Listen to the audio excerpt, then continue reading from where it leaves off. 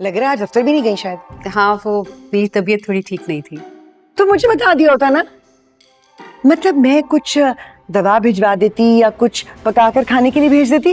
Thank you so much, लेकिन इसकी जरूरत नहीं है। मेरा खाने को दिल ही नहीं चाह रहा था। ये क्या है? ब्राउनीज बनाई है मैंने, देखे अच्छी बनी है ना। भाईजान कह रहे थे भाई बहुत अच्छी बनी है, इससे क्षमा के लिए ले जाओ। इजहार ने कहा। हाँ, भाईजान तो आपका बहुत जिक्र करते हैं, बहुत फिक्रमंद रहते हैं आपके लिए। यही कहते रहते हैं कि शमा बेचारी अकेली हैं, सारा दिन दफ्तर में सर खपाती होंगी, फिर घर आकर घर की जिम्मेदारियां कैसे मैनेज करती होंगी। बहुत फिक्र करते हैं आपकी।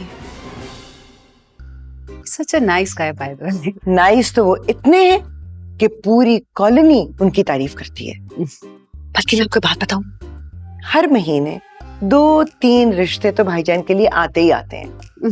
मगर मैं ये सोचती हूँ कि जब तक कि कोई कल्चर्ड, रिफाइंड, डिसेंट उनकी तरह की पर्सनालिटी की कोई खातून ना हो तो शादी कैसे हो सकती है।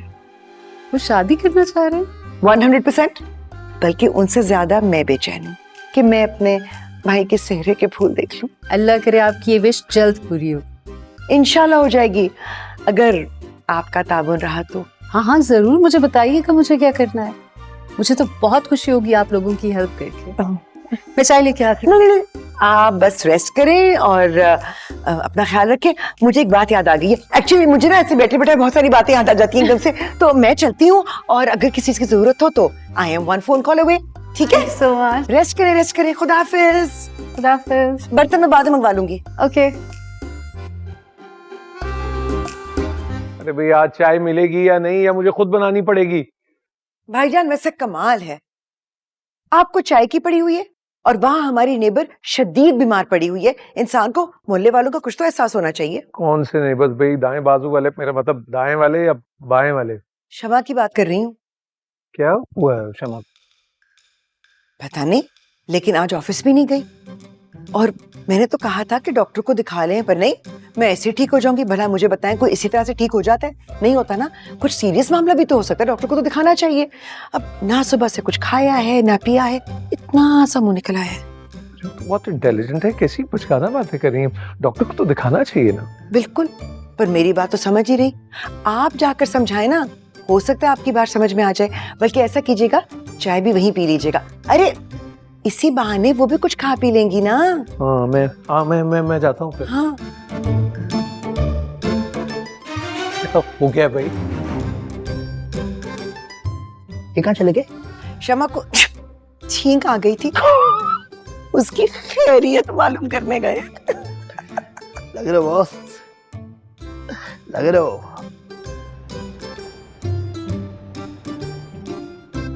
हनी, एकदम से ये सब क्या हो गया? तुम सोचो, तुम रह सकती हो मेरे बगैर?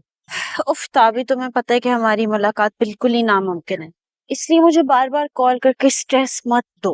हनी, मैंने तुम्हारे हवाले से बहुत सारे ख्वाब देखे थे। अभी तो हमने कई रेस्टोरेंट्स, ढाबे और आइसक्रीम पार्लर जाना था और कराची शहर के तरह तरह के खाने टेस्ट करने थे। ये क्या हो गया हमारे साथ? ये बातें मत करो। और हम ना आहिस्ता आहिस्ता गलत रास्ते पर चल रहे थे, अब हम दोनों वापस अपने ट्रैक पर आ गए, इसलिए मुझे बार बार कॉल करके स्ट्रेस मत दो, ठीक है? बाय। हनी,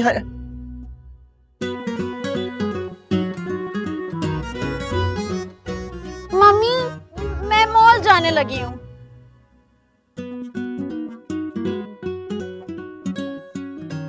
वैसे यकीन नहीं आ रहा कि आज मॉल जाने का भी दिल नहीं चाह रहा।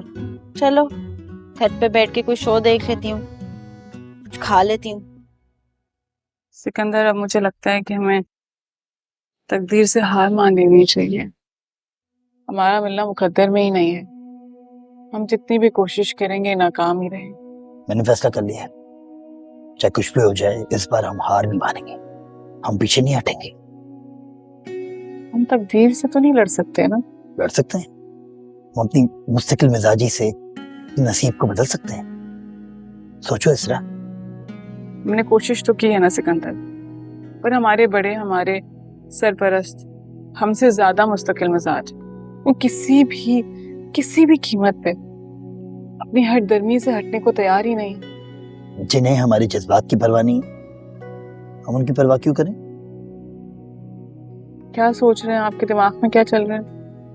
इस वक्त हम आकिल हैं, हम बालिग हैं, हम अपने फैसले खुद कर सकते हैं। हम चाहें तो निकाह भी कर सकते हैं।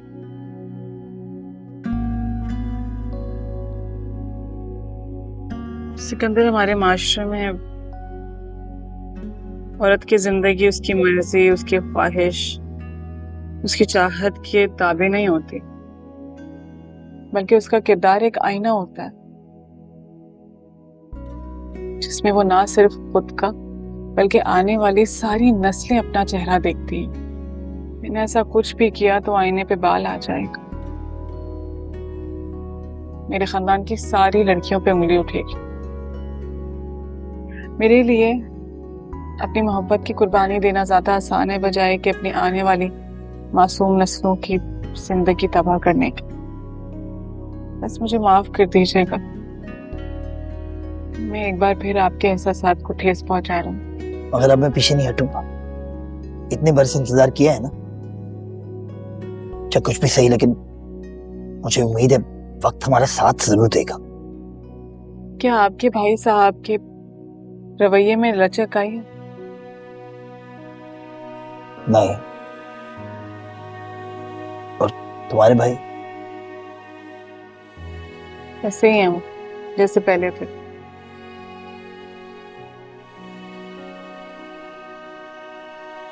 कैसे हो अदनान?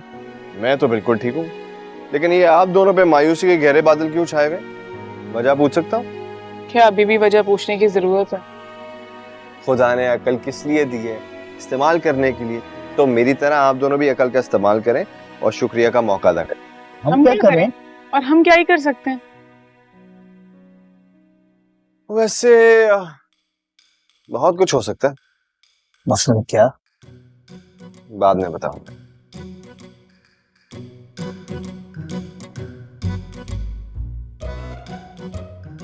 यार ये लड़का इतना पॉजिटिव कैसे सोच सकता है, वो भी इन हालात में?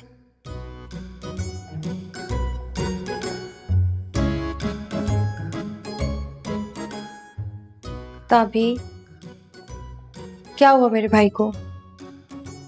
हनी कॉल नहीं अटेंड कर रही, बात भी नहीं कर रही। कितनी कॉल्स की है, एक रिस्पॉन्स नहीं। और अगर कॉल उठा भी ले तो ऐसे बात करे जैसे जानती ही नहीं। बहुत ही कोई संगदिल लड़की है, लेकिन मैं क्या करूं? अगर अजलान की कजन ना होती ना तो उसको ऐसी बातें सुनाती कि अपनी सारी संगदिली भूल जाती, तुम्हारे आगे अपने हाथ पांव जोड़ती। लेकिन मेरे तो अपने हाथ जुड़े हुए, मैं कुछ कर भी तो नहीं सकती। और ताबी मुझे देखो, मैं भी इसी सिचुएशन से गुजर रही हूँ, लेकिन तुम्हारी तरह रो नहीं रही, इसको फेस कर रही हूँ। तुम्हें भी इसको बहादुरी से फेस करना है मेरा भाई। अपने मशवरे ना अपने पास ही रखो, मैं तुम्हारी तरह पत्थर दिल इंसान नहीं हूँ।